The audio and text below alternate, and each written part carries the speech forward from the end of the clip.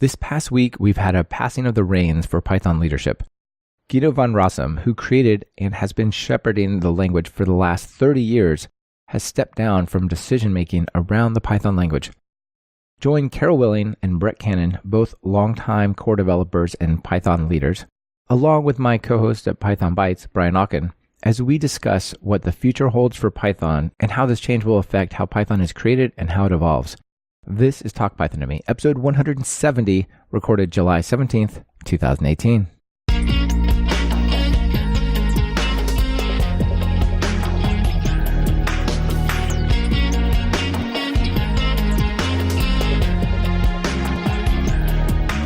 Welcome to Talk Python to Me, a weekly podcast on Python, the language, the libraries, the ecosystem, and the personalities. This is your host, Michael Kennedy. Follow me on Twitter where I'm at mkennedy. Keep up with the show and listen to past episodes at talkpython.fm and follow the show on Twitter via @talkpython. This episode is sponsored by Linode and Rollbar. Please check out what they're offering during their segments. It really helps support the show.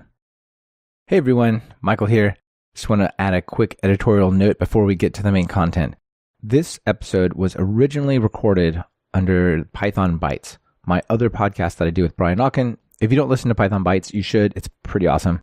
The format normally is cover a bunch of really quick topics to talk about the news of the week. Well, this news item was so big, we decided to dedicate a whole episode to it, and it's really a good fit for Talk Python. And I wanted to make sure everybody got the whole story behind what's going on here, at least as best as the four of us can present it.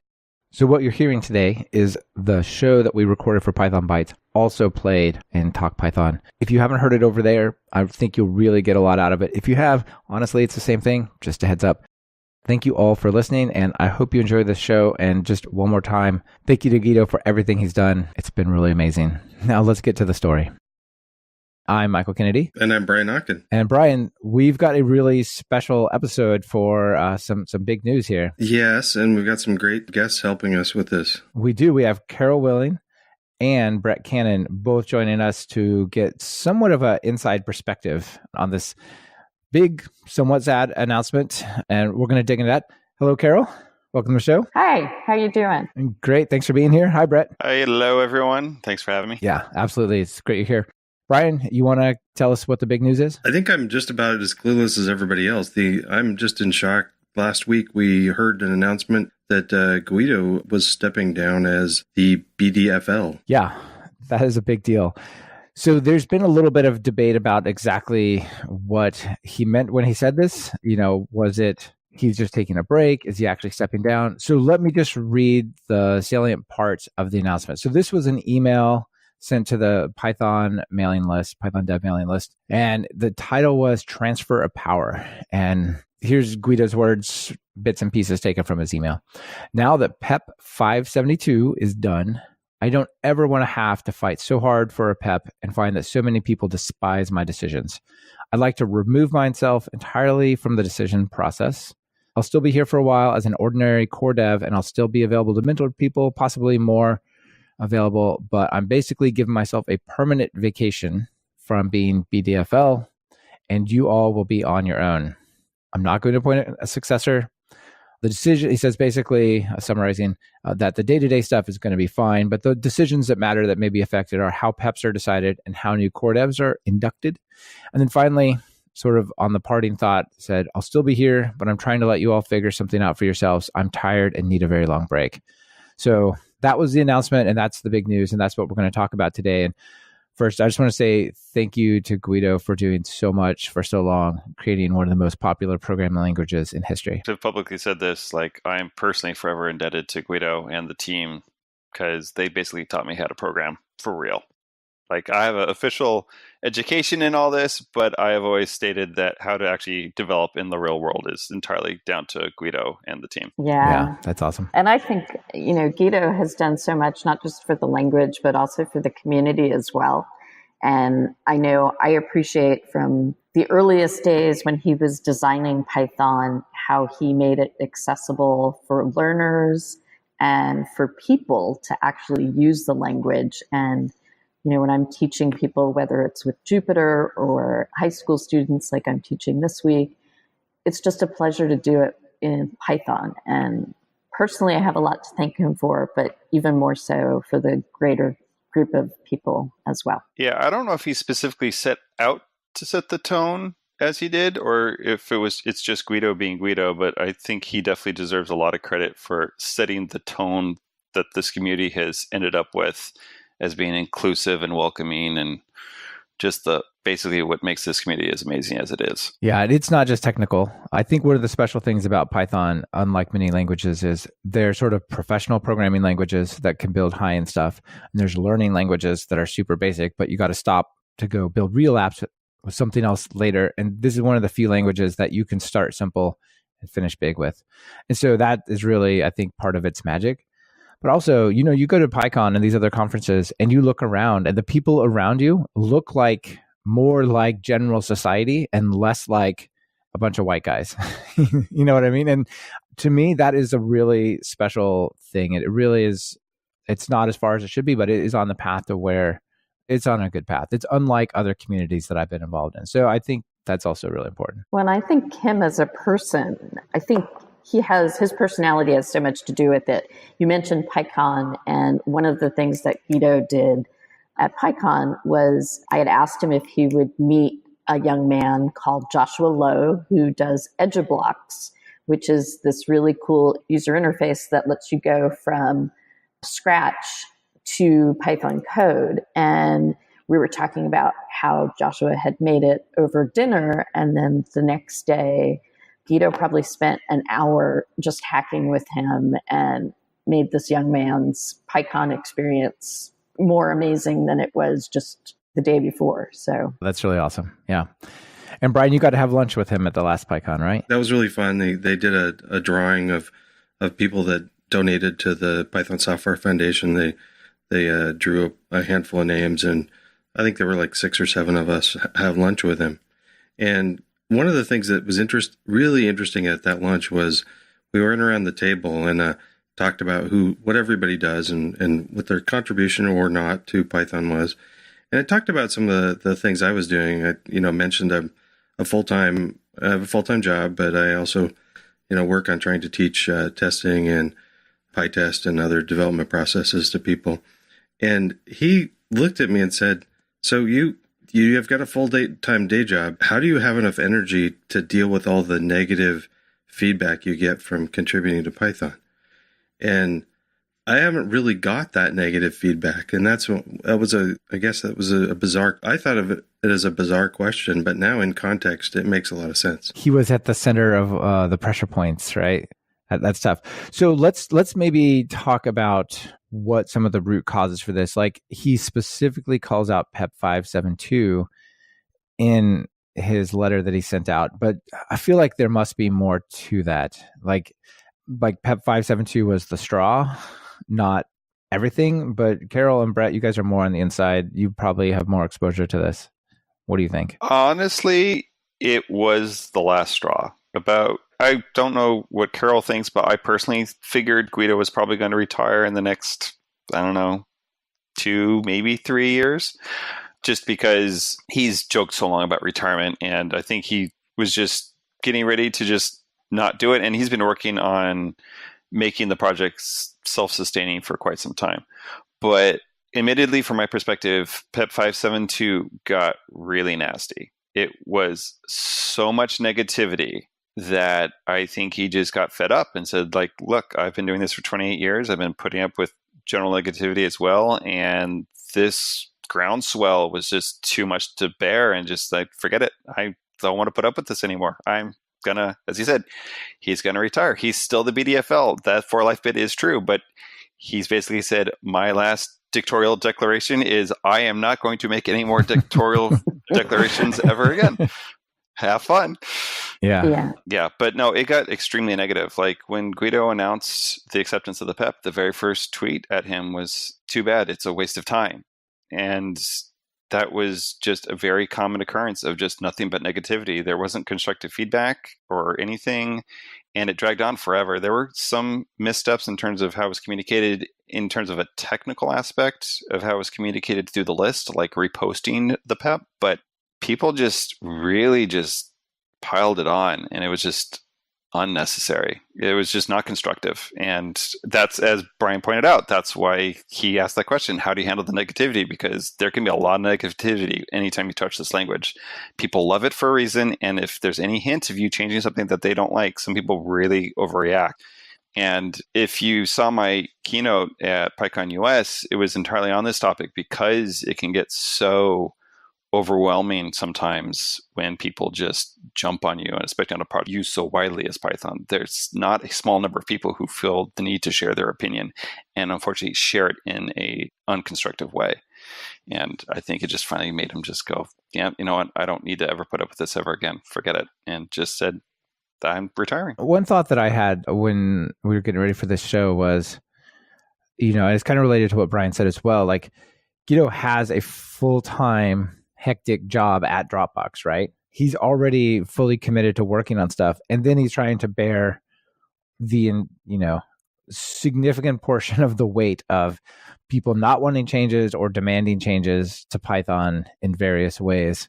And, do you, Carol, think it would have been different if the PSF had made a space to sort of employ Guido to be in that role and not make it, there's the stress of the experience and then there's the stress of these are my final 2 hours of the day and I'm already exhausted. Now I'm getting this. You know what I mean? I can't speak for Guido, but I don't know that would have solved it. I think he has been doing what he wants to be doing. And I think if he had said, hey, I want to do this, people would be, very happy to accommodate him. I think largely what Brett had said, we were talking in the office here at Jupyter the other day, and we were saying, we can't believe how long he has shepherded the language and dealt with, people's comments and fostered, the direction of the language. And in many ways, any maintainer will feel over time some burnout when there's negativity around a project.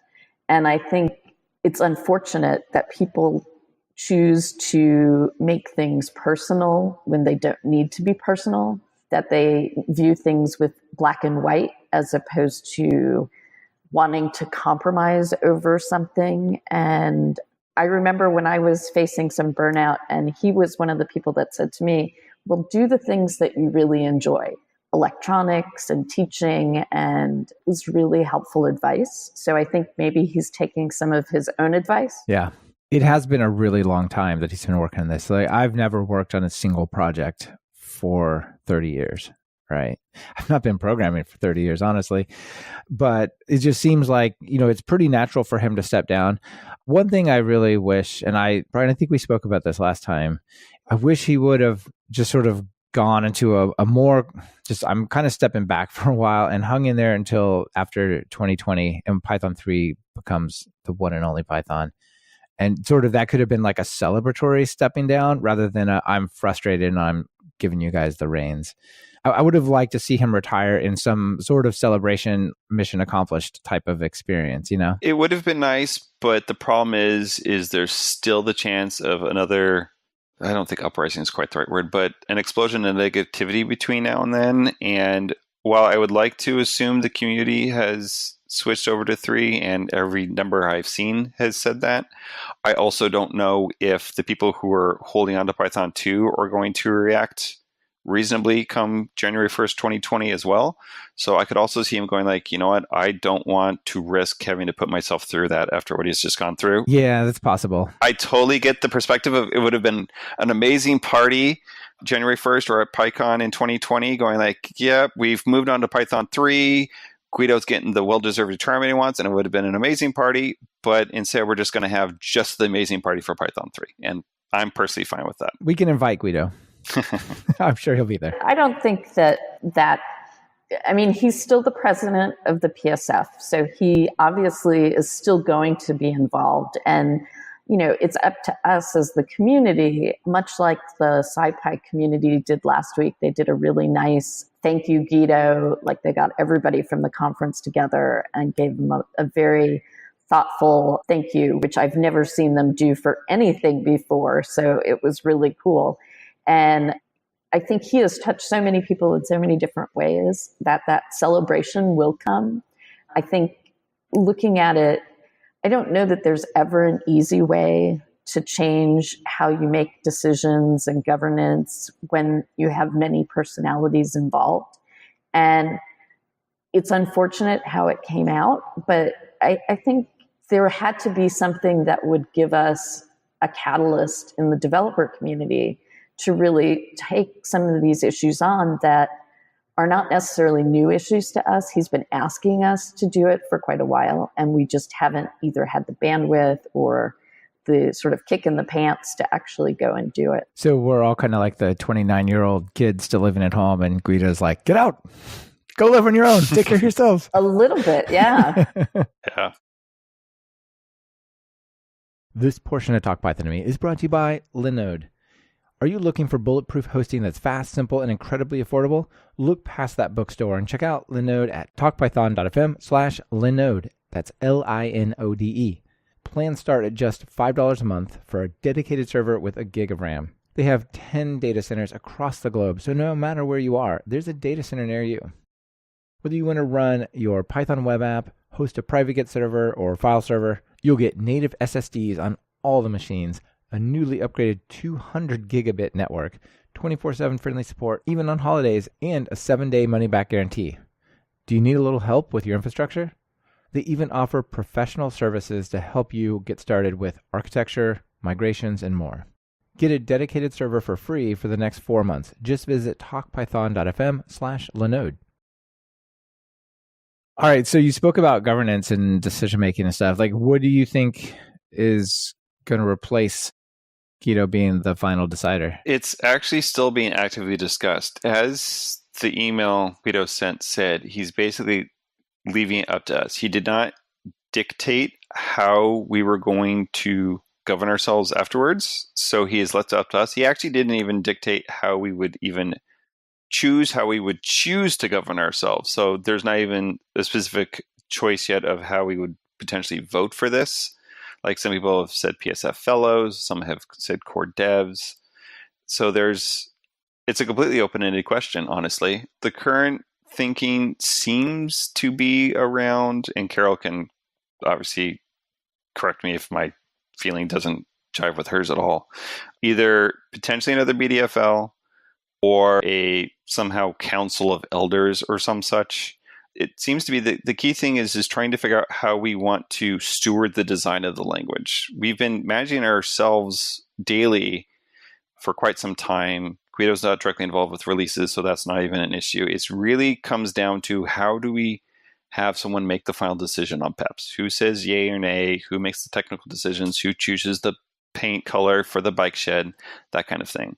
That's the really key thing we have to still make a decision on. Yeah, and I think Brett kind of put it, I think the emails that I've at least seen on Python committers have been very respectful and, really trying to seek out what is going to happen from here. And I think Guido's email mentioned 4 things: day-to-day decisions on the issue tracker and GitHub, how PEPs are decided, which to me is sort of like the direction of the language and who stewards that, how new core devs are inducted, and the code of conduct. And if I look at all 4 of those, the day-to-day decisions, as Brett had said, releases and things like that, we're in a good spot, and we should probably just be doing what we have been doing.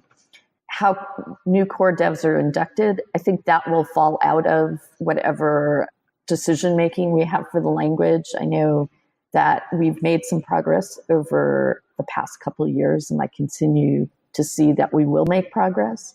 And the code of conduct, I think we're all recognizing that being professional and civil to each other and talking about issues as opposed to whether somebody's intelligence gets called into question or whatever is not the right way to do it. It's better to be professional. And, how PEPs are decided, it seems as if, much like Brett had mentioned, that we're sort of converging on maybe 3 individuals as like a triumvirate or 1 and no more than 5 is sort of how I've read it. Okay, that makes a lot of sense. It seems to me whatever the decision is, it should be odd, not even. Actually, that came up already, and Tim Peters for those of you who've been in language for a long time, might recognize the name, who's gotten active again, partially thanks to PEP 572. So at least there's one very nice perk from my perspective from what happened with PEP 572. Pointed out that the odd number in voting typically is very important when you have an either A or B decision, and you have to choose one or the other. But if you have a status quo or a change, so more of a yes-no decision, having the tie go to the status quo is not quite so critical. So we could theoretically go with a 4 and really not have too much of an impactful problem in that regard. Yeah, I guess it would lead to stronger debates. You've got to bring someone over to your side if it's a split decision. And if they fail to decide, then it just stays the way it is, right? Nothing new is adopted, I guess. Yeah, exactly. So there is a possibility of actually going with 4, for instance. Interesting. I don't think anyone suggested 2. It seems to be pretty much 1, 3, 4, 5 seems to be the running numbers right now. Right. Yeah. Interesting. Okay. Yeah, that makes a lot of sense. So I guess the final thing that we should spend some time on is this a problem for the community? Is this going to hurt Python's fantastic momentum? Is this going to hurt the growth or evolution or sustaining Python? Or do you think it's just a little bit of change on how decisions are made and not such a big deal? Do you want me to take that first, Brett? Yeah, go ahead. You go first, Okay, Carol. so I think the language will continue to thrive and will continue to grow. Will some things be different? Yes, but Guido's made it very clear he's still going to be accessible on mailing lists. He's still the president of the PSF. The PSF is largely, with the community's support, doing many of the outreach things and things to grow the community.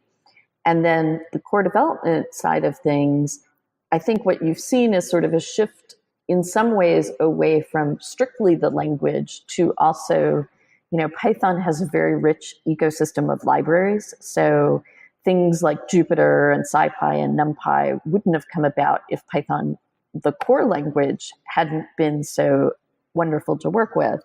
And so, yes, there was going to be work to do to figure out how to continue the design of the language, but I have every belief and commitment that will happen. I agree. I think I don't think this is going to change the momentum for the language. I don't think, honestly, anyone should really be worried at all. There might be a slowdown in terms of new features for Python 3.8, which I know some people actually like the idea of. Basically, I view it no more as a temporary pause in language defining changes. And honestly, we've had a language moratorium before, back for Python 3.3, I believe, which I should know since I helped write the PEP for that. So if anything, you can view it as basically just a moratorium on language changes for a little while until we decide how we want to govern those kinds of changes. And then it'll just more or less go back to where it was. Now, the pace might be slower than it was if, for instance, we go with a council versus another benevolent dictator who could potentially come to decisions faster and just do other things, I guess, potentially more nimbly, in my personal view. But I really don't see this really affecting the language long term or even medium term, or basically short term, depending on your definition of short. Yeah, for some definition of short, yeah. I suspect we'll have this all worked out in the next few months. I'd be really surprised if we don't have a solid plan of what our options are by the end of the year, and if not already decided by then. No, I've got hopefully a quick question. I guess I don't know how, when there's discussions on PEPs, who can participate in those discussions? Is it just core developers, or? I have to caveat this with, this was the way it used to be. We'll see if this continues. But to answer that question, Brian, basically the way we suggest people do PEPs is they come with an idea to Python Ideas, the mailing list, and they propose it. And usually pretty quickly, people either go, that's been proposed before, no, doesn't seem very Pythonic, or that seems like a possibly good idea. And Guido did on occasion come in and say, yes, there's a possibility for this, or would shut an idea down quickly so people didn't waste their time. And then usually they have a discussion, work out some rough details, and then usually the proposer goes away and comes back with a rough PEP saying, all right, here's a more formal proposal. And then more discussion on Python Ideas to help that author refine it. And then what they would do is they would then bring that to Python dev, and then with more or less a finalized PEP. And then any final salient details would be worked out. And then either Guido would name what we called a BDFL delegate, who would be someone he delegated the final decision to in terms of technical details and also whether the PEP would be accepted. Or he would keep the BDFL vote himself, and he would eventually make the call. One change that has been floated, though, is to take a PEP from Python ideas to Python dev, you might start needing more of a co-sponsor from a core developer to help make sure that the idea seems solid enough to bring forward, and also to make sure the PEP is in a good position. Because one of the problems with PEP 572 was, while the idea was there, the PEP wasn't fully fleshed out to the level that we typically have PEPs out from Python ideas on dev as. And so there was a lot of repetitious discussion of things that should have been recorded initially in the PEP to have tamped down on the repeated discussion. Because the discussion on Python ideas actually was a bit more reasonable than it was on Python dev and less reactionary, funny enough. So that's generally the process, is idea to Python ideas, then a rough PEP, and then refine it. And then once it's fairly refined, goes to Python dev, final discussion, and then either Guido or a named BFL delegate made a decision, and the PEP either got accepted or rejected, and that's basically the way it was. This portion of Talk Python to Me has been brought to you by Rollbar. One of the frustrating things about being a developer is dealing with errors. Relying on users to report errors, digging through log files, trying to debug issues, or getting millions of alerts just flooding your inbox and ruining your day. With Rollbar's full-stack error monitoring, you get the context, insight, and control you need to find and fix bugs faster. Adding Rollbar to your Python app is as easy as pip install Rollbar. You can start tracking production errors and deployments in 8 minutes or less. Are you considering self-hosting tools for security or compliance reasons? Then you should really check out Rollbar's Compliant SaaS option. Get advanced security features and meet compliance without the hassle of self-hosting, including HIPAA, ISO 27001, Privacy Shield, and more. They'd love to give you a demo. Give Rollbar a try today. Go to talkpython.fm/Rollbar and check them out. Is there a point in that process where the rest of the community can, I guess, add to the opinion? Or So yes, Python Ideas is a completely open mailing list. Python Dev is also a completely open mailing list. So none of these discussions are happening behind closed doors at all. The only mailing list, honestly, that is in any way closed in any of this process is Python committers, and that is more technical details that only affect Python core developers themselves and not PEPs. So none of these discussions happen in such a fashion that outsiders is a bad term, people who happen not to be core developers are always able to bring forward their opinion. The part of the trick, though, is not having people suddenly pop in and leave their opinion without checking what other people have said, or coming in and not understanding how to be professional about leaving their opinion. So there's always a balancing act of trying to ask too widely of people who don't quite understand the norms of how to communicate well, honestly. But none of the conversation is closed off such that people can't participate. So, for instance, Brian, if we had a testing-oriented one, you're totally happy to come in and participate, whether it's at the Nebula stage on Python Ideas or drafting up that PEP, or on Python Dev, where it's very much more finalized, like very honing into the technical details of how this would work and really thinking through the ramifications and really focused discussion before a final decision's made. Okay. But as I said, this is how it was. I don't know how we're going to tweak it. Yeah, that makes a lot of sense. Yeah, and it should more or less be the same going forward. It just we might start being a more stricter about when PEPs move from Python Ideas to Python Dev to try to make sure the discussion doesn't get rehashed. And as Carol pointed out, this has kind of brought forward some code of conduct issues that will probably, I know I'm personally working towards refining and have been since PyCon to help try to push even harder to keep the discussion civil. Right. And I think in addition to just the civility of the discussions, one of the things that I want to look at is, can we use some of the great stuff that we have in natural language processing and pull out like the most meaningful content when it comes to comments? And, you know, part of the issue with 572, there were so many comments that you had to kind of read them all if you wanted like the full spectrum. And not all of us have time to do that. And so, a way to condense or shorten the period of comments or something. And that's as much a social issue and in some ways a conduct issue as it is a technical issue. Yeah, that'd be something like in my own community, for instance, in like physical communities, everybody is welcome to attend the open city council meetings, but hardly anybody does.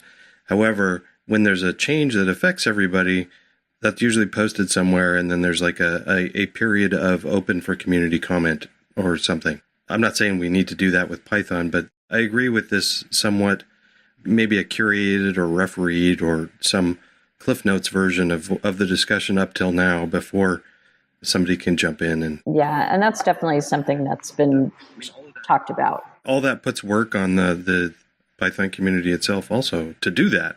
That's work as well. Yeah, and actually, historically, the PEP was supposed to capture all of these details, like the rejected idea and open discussion section, open idea section in every PEP was meant to act as a running summary of the discussion to help prevent that. But for instance, in the case of PEP 572, it was a bit overwhelming on the volume, and it can be hard to do that. So, as Carol mentioned, there's discussion going on now about how we can potentially help alleviate that load on the PEP author while making sure that that kind of thing is taken care of. Yeah, it sounds like there's some community stuff to do as well, but I have faith that you guys will figure something out in terms of the voting and the decision making. And I guess I want to sort of echo Carol's thought when I ask about the momentum.